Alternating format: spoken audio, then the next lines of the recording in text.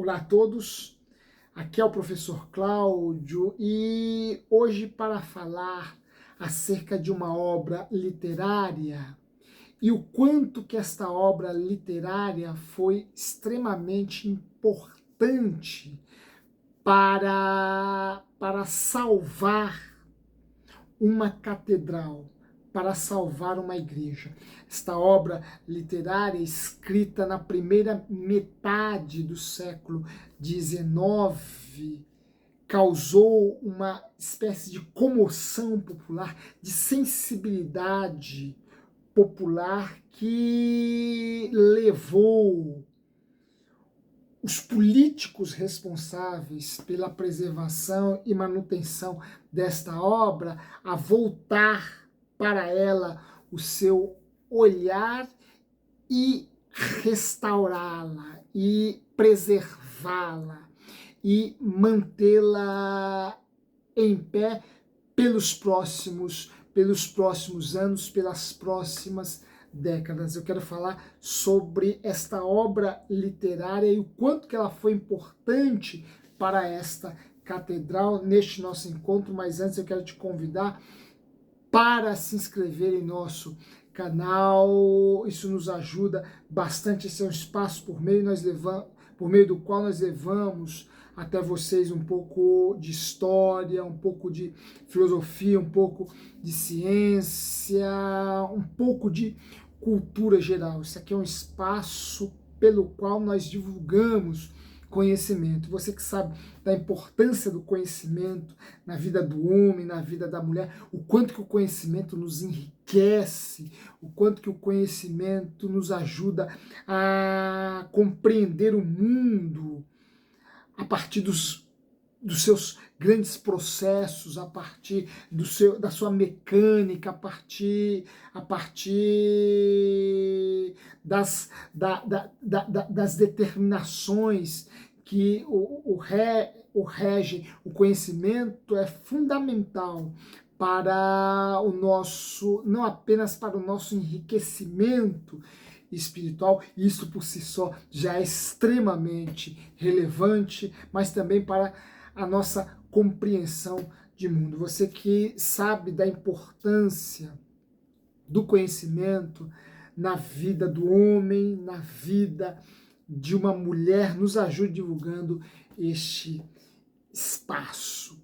Pois bem, como eu já antecipei, neste encontro eu irei falar com vocês acerca de uma obra literária da autoria de um dos escritores, de um dos literatos pelos quais eu sou um dos literatos que mais me apaixonam, um dos literatos que eu mais procuro estudar. Estou sempre lendo alguma coisa desse literato, desse autor. Estou sempre estudando, lendo as suas obras, lendo comentários acerca de sua vida, de suas ideias, de seus escritos.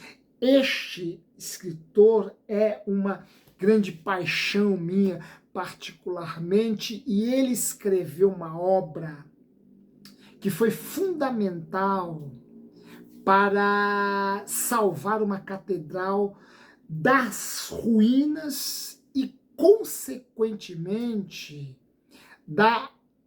de sua inexistência, de seu fim trágico, lamentável para a história da arte, lamentável para a história da arquitetura, lamentável para a própria história, lamentável para o patrimônio cultural humano. E esta obra, este livro, não é outro senão o Corcunda de Notre Dame, obra da autoria do grande escritor francês Victor Hugo, que iniciou a escrita desta obra em 1829, vindo a publicá-la em 1831. Ora, Corcunda de Notre Dame, da autoria de Victor Hugo, é uma obra literária que se liga, que se une substancialmente à história da própria catedral trazida, apresentada em seu título. E aqui eu já faço um parênteses, uma observação. De início, a obra não se chamaria O Corcunda de Notre Dame. A obra se chamaria simplesmente Notre Dame. Este foi o título dado por seu autor, Victor Hugo.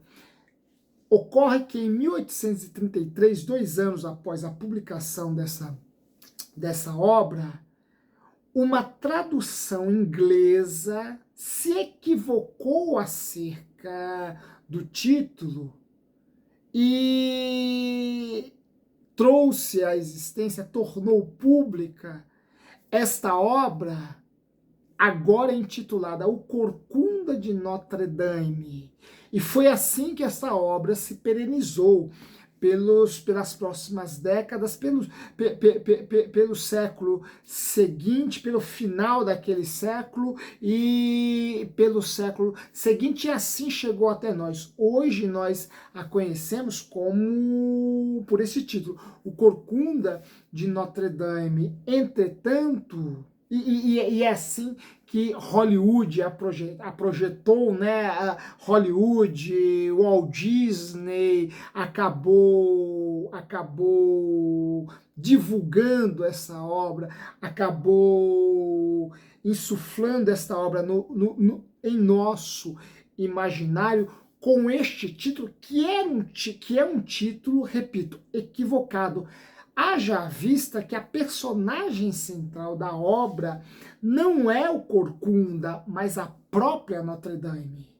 Notre Dame de Paris é a obra, é a personagem central desta obra. O Corcunda, bem como as outras personagens que ali aparecem no primeiro plano, né? Eu me refiro aqui à cigana, a bela cigana Esmeralda, por quem Quasimodo era apaixonado, e o arquidiácono Claude Frollo. Essas 3 personagens que aparecem na narrativa num primeiro plano, na verdade, são personagens secundárias em relação a Notre Dame, que é a personagem, repito, que é a personagem principal. Inclusive, Quasimodo, na perspectiva de Victor Hugo, encarnava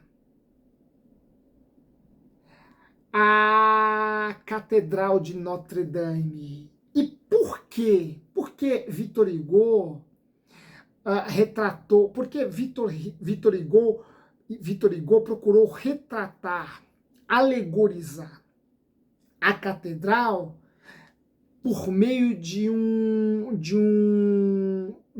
corcunda, por meio de uma figura disforme, para bem representar o próprio descaso com a Catedral de Notre Dame. Ora, Victor Hugo vai se valer, vai tecer, vai coser, vai costurar uma personagem disforme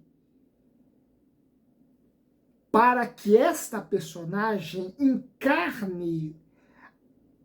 encarnasse a situação, as condições da própria Catedral de Notre Dame, que, repito, nos dias de Victor Hugo estava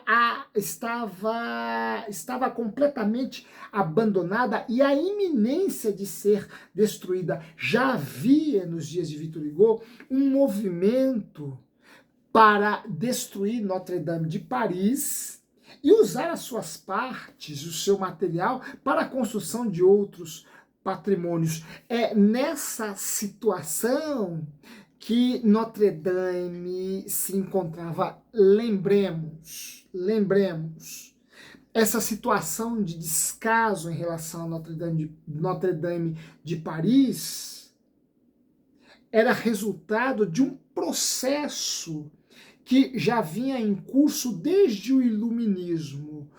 E por quê?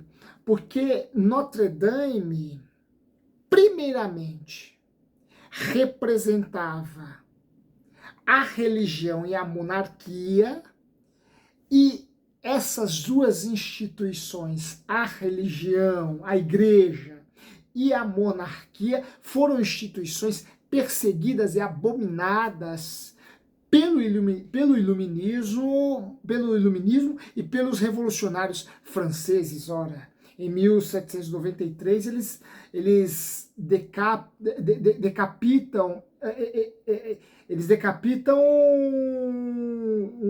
o rei Luís XVI, sua esposa Maria Antonieta e o filho do casal, né? Vejam, por aí nós temos uma ideia do quanto que os revolucionários franceses eram hostis à monarquia.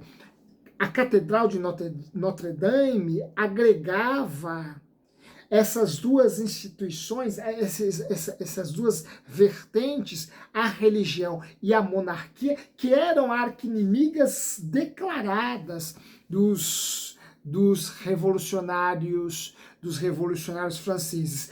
Quando a Revolução Francesa se deu, Notre Dame de Paris se viu diante de uma sucessão de investidas contra ela. Ora,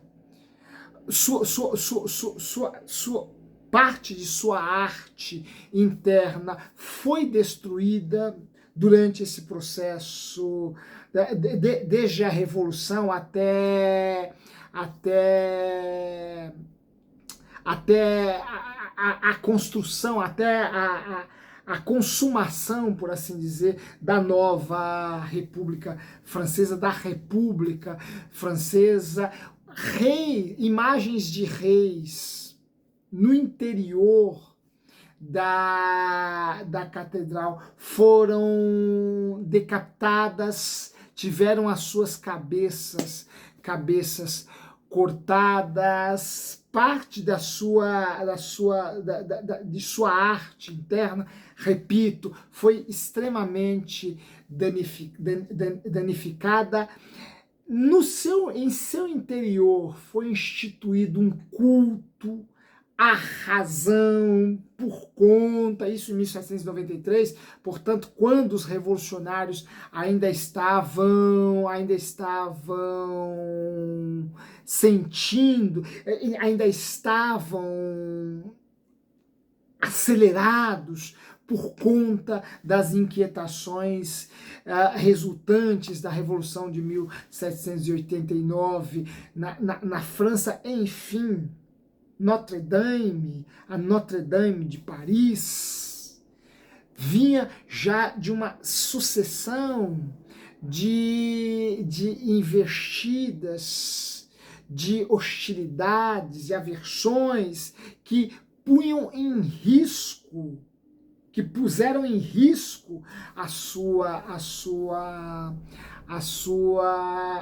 estrutura, e que estava praticamente com os dias contados por conta deste movimento que crescia e que tinha como finalidade jogar a Catedral de Notre Dame de Paris abaixo e usar seu material para a construção de outros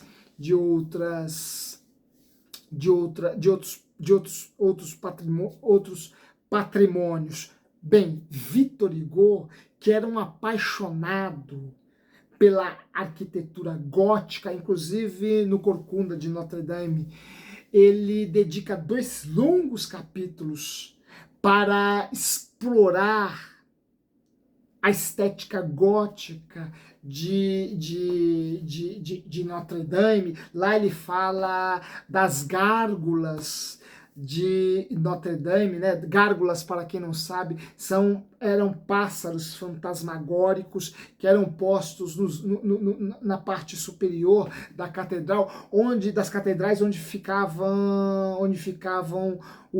aqueles encanamentos responsáveis para filtrar a água que caía da chuva, né? Que acumulava das chuvas sobre as catedrais. Victor Hugo vai falar coisas maravilhosas sobre as gárgulas, ele vai falar dos vitrais de Notre Dame, ele vai falar da arquitetura de Notre Dame, ele que era uma figura extremamente apaixonada pela arquitetura gótica, pela arte gótica. Ele sabia da importância de Notre Dame, de Paris, para a cultura, para a história parisiense. Ele sabia da importância daquela catedral para a própria história da arte, para a própria história da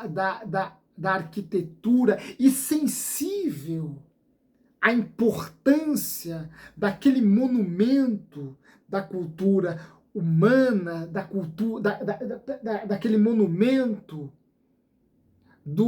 da cultura universal, da cultura mundial, não apenas parisiense, mas da própria cultura europeia, da própria história da humanidade. Ele então decide escrever um romance e começa essa obra em 1829, que tem como tema central a Catedral de Notre Dame.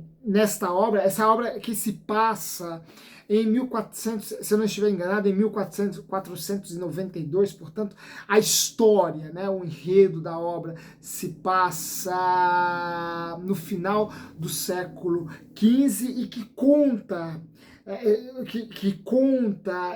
o drama envolvendo este trio que aparece no primeiro plano em relação às personagens humanas, e aqui eu me refiro a essas personagens cujos nomes eu já mencionei: Quasimodo, Claude Frollo, a cigana Esmeralda. Ele vai praticamente ambientar a história no interior da Catedral de Notre Dame. Ele fala mais da catedral do que das outras personagens, praticamente, né? Praticamente, porque, repito, era o tema central de Victor Hugo. Ele queria falar da catedral, ele queria falar de Notre Dame de Paris, e em 1831 ele publica essa obra. Ele torna esta obra pública. Esta obra cai nas graças populares. A população parisiense se apaixona por este escrito de Victor Hugo. Ele, inclusive, escreveu uma carta, um documento paralelo, né? Victor Hugo era um político também, teve cargos políticos na França de seus dias, até ser deportado, né? Até ir pro exílio por questões políticas. Aliás, Victor Hugo é uma figura maravilhosa. Vocês precisam, quem não conhece, conheça, procure conhecê-lo. Quem não leu suas obras, procure lê-las. São obras maravilhosas. Victor Hugo é um prosista, aliás, é um prosador de altíssimo nível. Eu sou suspeito para falar porque sou alguém, repito, apaixonado por Victor Hugo. Os Miseráveis mesmo é uma obra que eu já li 3 vezes de capa a capa, né? Enfim, esta obra, o Corcunda de Notre Dame, no seu nome espúrio, né, em seu título espúrio, em seu título resultante desse equívoco inglês, né? Lembremos que existem rivalidades históricas entre ingleses e franceses, né? E vejam o que os ingleses fizeram, distorceram o título original, provavelmente não proposital, não de forma proposital, mas enfim, tá feito o estrago, né? O título da obra foi equivocadamente traduzida como Corcunda de Notre Dame pelos ingleses, e assim que a obra ficou conhecida. Esta obra que caiu nas graças da população parisiense, que passou a olhar para a catedral, aquele monumento lá no centro de Paris, aquele monumento, aquela arquitetura gótica maravilhosa. Esta população parisiense passou a olhar para a obra de forma diferente, como até então aquela população, aquela geração não havia olhado. Foi a partir daí, a partir do momento em que essa obra literária desviou o olhar, atraiu, melhor dizendo, o olhar da população parisiense, dos cidadãos parisienses para Notre Dame, que a obra, que houve uma comoção popular que acabou pondo termos e fim àquele movimento que tinha como finalidade destruir a Notre Dame de Paris, e o governo iniciou um processo de restauração da catedral, iniciou um processo de revitalização da catedral, dando a ela a atenção que ela, enquanto grande patrimônio da cultura ocidental, um grande patrimônio da arquitetura ocidental, merecia. Infelizmente, em 2019, antes da pandemia, a Catedral de Notre Dame, agora já restaurada, sofreu um outro baque, que foi aquele incêndio que destruiu boa parte da igreja. Porém, esta igreja, esta catedral, só permaneceu em pé até 2019 e até hoje por conta da sensibilidade, do amor de Victor Hugo pela arte gótica, pela arquitetura gótica, e por conta de seu talento literário, e por conta de sua verve literária, de sua eloquência, de sua paixão, de sua escrita apaixonante, de sua prosa eloquente e apaixonante, que comoveu Paris e a levou a forçar os seus políticos para a preservação, para a manutenção e para a guarda de Notre Dame de Paris, o que prova, na contramão de muito daquilo que pensa parte da nossa sociedade e uma grande parte dos nossos políticos, a literatura, a filosofia, a arte em geral, é capaz de mobilizar as pessoas, de sensibilizar as pessoas, de conscientizá-las acerca da importância de determinados tesouros, de determinadas riquezas que estão à mercê de sua própria sorte, abandonadas, marginalizadas, algumas condenadas ao seu fim. A literatura consegue despertar nas pessoas uma sensibilidade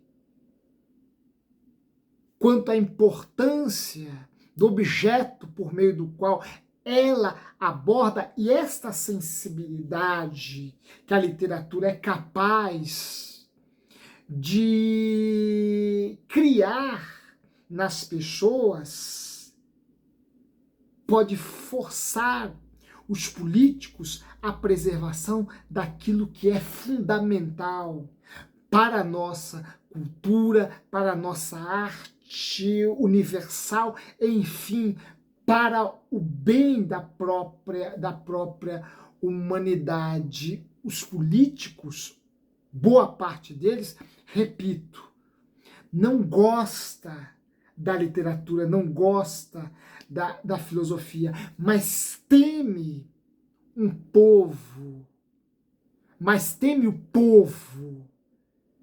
E quando este povo se move em direção à arte, em direção à cultura, em direção ao meio ambiente, como pauta essa extremamente fundamental em nossos dias, quando o povo sensibilizado por essas questões se mobiliza, a classe política é obrigada, não poucas vezes a contragosto, contra o seu gosto e a sua vontade, a preservar, a manter, a sustentar em pé aquilo que, se dependesse dela, seria destruído, aquilo que dependesse dela seria deixado entregue à sua própria sorte e se tornaria uma mera ruína. Por isso que boa parte dos nossos governantes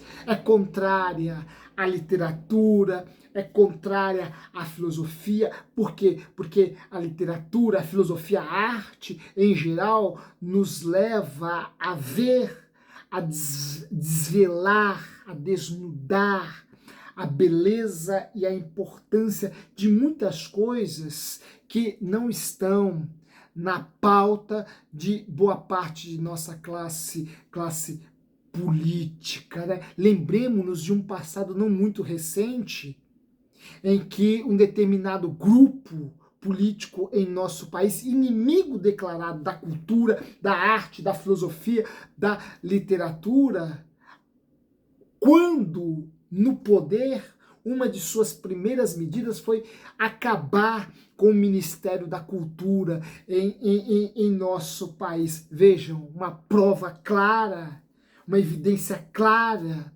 do quanto que a cultura incomoda, do quanto que a literatura incomoda, do quanto que a filosofia incomoda, do quanto que a arte incomoda figuras ditatoriais que querem se manter no poder e se blindar de quaisquer vieses críticos, de quaisquer vozes críticas. A literatura é uma forma de resistência, é uma forma de exercer poder, é uma forma de exercer a crítica, que conscientiza e que pode mobilizar as pessoas, a população, a fim de que ela force as elites dominantes para que preservem aquilo que deve ser preservado e não destruído, como aconteceu em Notre Dame de Paris. Vejam, a literatura, a filosofia, as artes têm uma finalidade prática, uma importância prática também. Elas não são como pensam muitos dos nossos políticos, uma cultura inútil, algo inútil e sem sentido. Pelo contrário, a literatura, a filosofia, a arte, em geral, é capaz de levar as pessoas a descobrirem determinadas maravilhas, determinadas obras fundamentais, determinados aspectos, temas fundamentais para a nossa humanidade, para a nossa humanização, e forçar a classe política, a sua preservação, a sua manutenção. Victor Hugo fez isso em relação a Notre Dame de Paris no século XIX, provando o valor e a importância que a literatura tem, que a literatura exerce, que a literatura produz. Portanto, amemos a literatura, nos apaixonemos cada vez mais e mais por ela, leiamos e leiamos muito, leiam Corcunda de Notre Dame, quem não leu, quem já leu, releia, leia as obras de Victor Hugo e leia sempre. Leia literatura, se apaixone por literatura, crie o hábito de ler literatura e você verá o quanto que a tua vida vai mudar. A literatura mudou a cabeça dos parisienses. Por conta dessa mudança, a Catedral de Notre Dame continua em pé. Ela também é capaz de mudar a sua, mas para o alto, para cima, para o céu, por assim dizer. Portanto, cultive o hábito da leitura da literatura. Forte abraço e até a próxima. Não se esqueça de deixar o seu like aí no nosso vídeo, compartilhe esse nosso espaço com outras pessoas e em breve nós nos encontraremos novamente por aqui. Um forte abraço e até lá.